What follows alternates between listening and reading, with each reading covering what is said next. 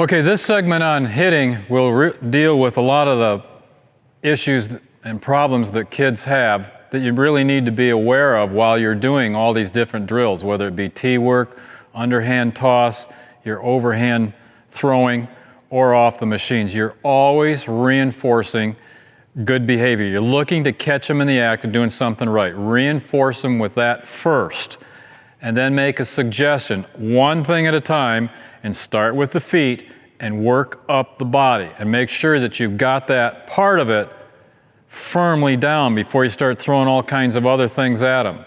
Remember, this is not a sprint. You can't get it overnight. It's more like a marathon. One of the things that comes up as the kids grab bats, and the little guys, like I was 83 pounds as a freshman in high school, probably the smallest kid ever. And all my friends were rather big and strong, and they were swinging big bats, and so I wanted to be like them, so I was grabbing a big bat. One of the dumbest things you can do. The lighter the bat, the more bat speed you can generate and the more bat control you have. So all you little guys, it hasn't been your time to grow yet. Just accept the fact that you will grow at your time. And all the eating in the world and all the wanting isn't going to speed it up any. So get a bat that you can handle and don't worry about what anybody else has got. That's one thing. Is the bat too heavy? Is the bat too long? That should be a concern as well. Get a shorter bat, lighter bat that they can handle, and you can tell just by them swinging. I've had several people lately in the academy had to tell their parents you need a lighter bat. It's causing issues. So that's one thing.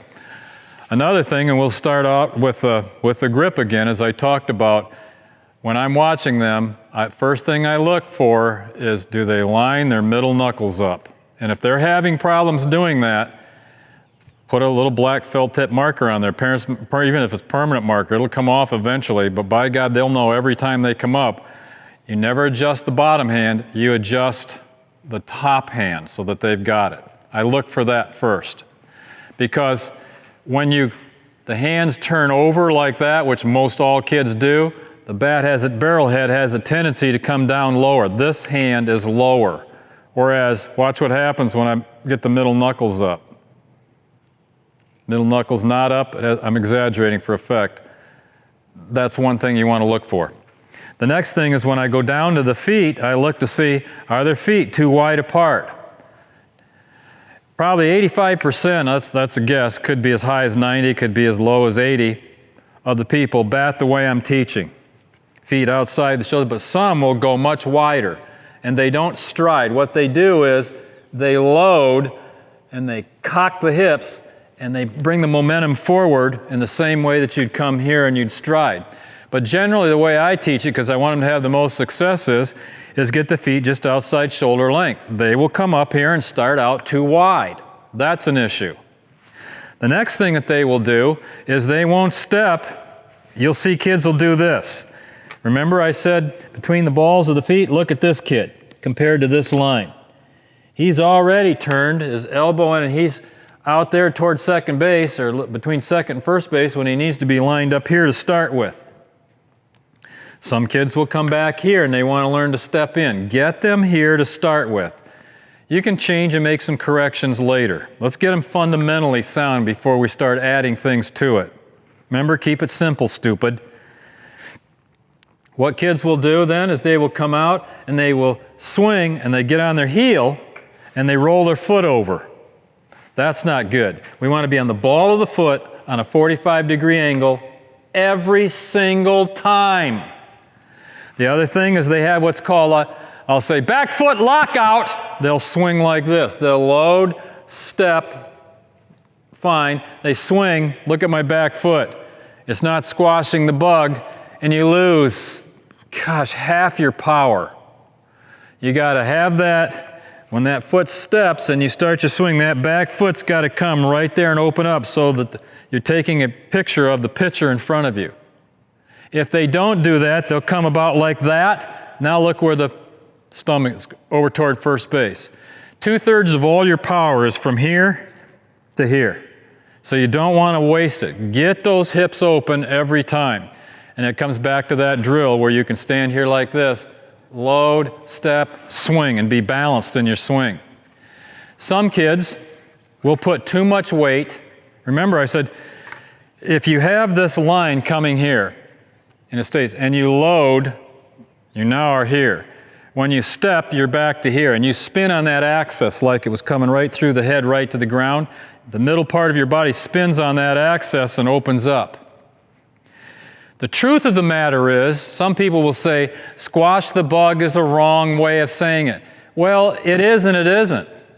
You have to squash the bug to get your hips open, but at the point of contact, I've had some parents come in with a video, and I show them how to video and slow motion it down, and they'll say, he's up on his toe all the time. Well, that's what happens. When you make contact, you're actually up on the toe at the moment of contact, so that's a good thing. The other thing that's bad about this foot is they roll it over like that. I see that frequently. Now they have to come back before they can take a step to get out of the box, and that's the difference on a ground ball in the infield of being safe and being out at first base. So that you can't have the foot under-rotating like this. That's under-rotation, or over-rotation like that. You don't want your weight too far out on the front foot. So if they get like this, watch. Remember when you finish swinging 50-50 on the swing, balanced? They get too much weight out on the front foot and they're swinging from there. What's going to happen is they're going to get change-ups thrown or curveballs, and they're not going to be able to hit it at all because too much weight is on the front foot. That's another thing. Another thing is that you will see kids, if you look at the legs, a good example is a deer. If you've ever been bow hunting, some people say, I can't believe I shot right over the top of that deer. Right on the kill zone. They let it, and it goes. A deer hears something, and because they walk straight, they stand there straight-legged with their legs. They're straight. They hear a sound. First thing they do is bend their knees before they can move, and the arrow goes right over the top. There's nothing. If you're playing basketball and you're playing defense, you better not have your legs straight as you're backing up. A guy's going to make fake. By the time you bend your knees, he's already by you. We have to have our knees bent. Some kids just don't bend their knees. Some kids will stand straight up with their back like this. They may bend their knees, but their back is straight up, and they want to swing with their back straight up. The trunk's got to be slightly forward. I see this a lot with the left arm. See how this is out here? Needs to be in here. That's so you get a short, compact swing. The kids that come out here, they do what I call casting. They cast their arms way out in that long looping swing. They may occasionally hit the ball hard that way, but they're not going to make contact very often. So in order to do that, we take a plastic bat and we get in one of two ways. I'll show you two ways. Here's one way.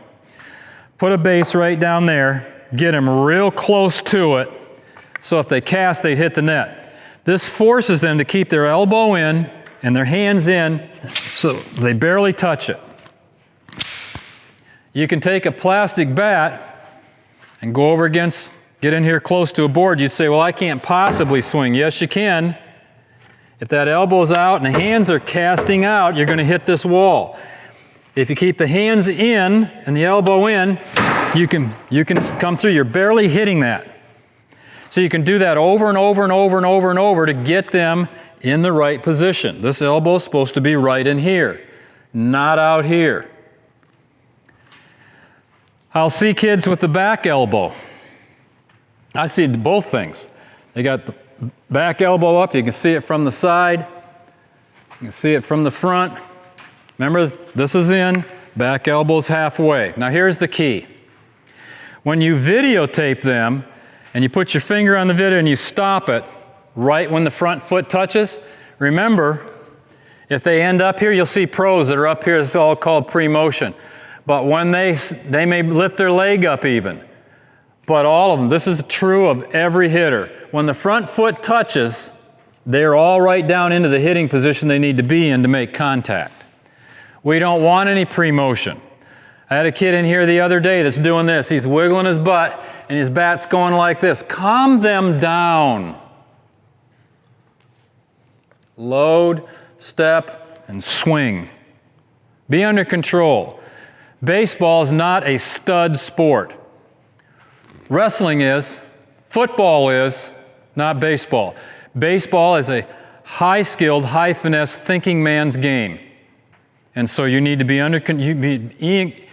in control of your emotions 100%. Step up, relax. Ted Williams used to say I could go in a phone booth, shut the door, and I can't hear a thing. I'm totally focused on the baseball. He's one of the only hitters that hit 400 in Major League Baseball. Another thing that they'll do wrong is that when they load, remember I said in the load, the front shoulder comes down, hands up, front shoulder down, 70-30. What they'll do is they load, but watch my shoulders. Remember front shoulder's supposed to, they'll load and they do this. The trunk goes this way, shoulders go up, that means their hands go down. See that? So when they swing, they have a tendency to come up and swing. Shoulder down, get this bat into the swing plane. Look at, watch the blur. In the swing plane. Finish high. Finish high. Get it in the swing plane. Another thing that frequently happens, remember I said the upper part of the body is not supposed to move at all till the front foot touches on the ball of the foot. You'll see this. They'll look just perfect. They'll load just perfect. But as their front foot goes forward, their hands come forward, or they drop them. They either go like that. See how they're going together? Here, then swing. Or they'll do this. As the foot goes forward, they drop their hands. And now they're swinging, they can't hit the pitch up here. That happens frequently. You see kids that do this also. They wrap the bat way behind their head. They'll start here, and when they load, they go, see how it's wrapped way behind my head? Notice that frequently, remember you've got that T here, this elbow comes past here. They'll start here like this, but then they move their hands way back. See how my elbow's past the midpoint of my body? And then they'll wrap. Those kids can't get around on pitches. Very, very bad habit. It reminds me of somebody that if you're going to get a race, in other words, if I've got to get from here forward, why would I take any part of my body and go backwards first before I swing? Another thing which is a classic problem, kids are always taking their eye off the ball. We've heard this since we were playing t-ball, is keep your nose on the ball. I got into college baseball one time after I transferred from junior college to the college that I graduated from.